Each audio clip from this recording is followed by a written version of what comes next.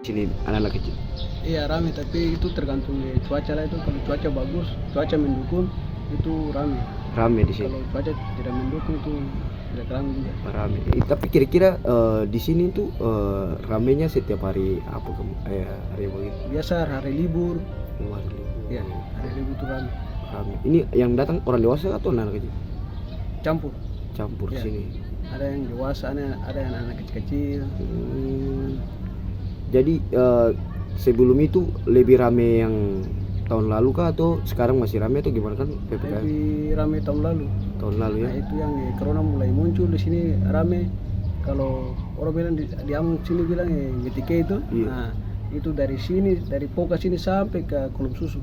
Itu rame dan Rame kemarin ya. cuma karena pada PPKM. PPKM tambah sing rame tapi Iya. pembatasan selesai berarti orang speaker nasi berarti rame ya. Iya. Oh gitu. Terus di sini ada orang juga jualan di sini ya? Ada.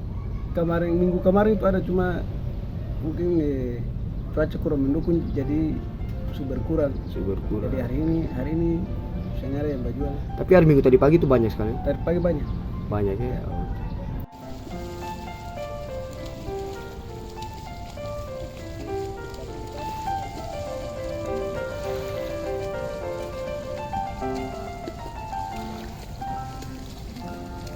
Terima kasih sudah nonton.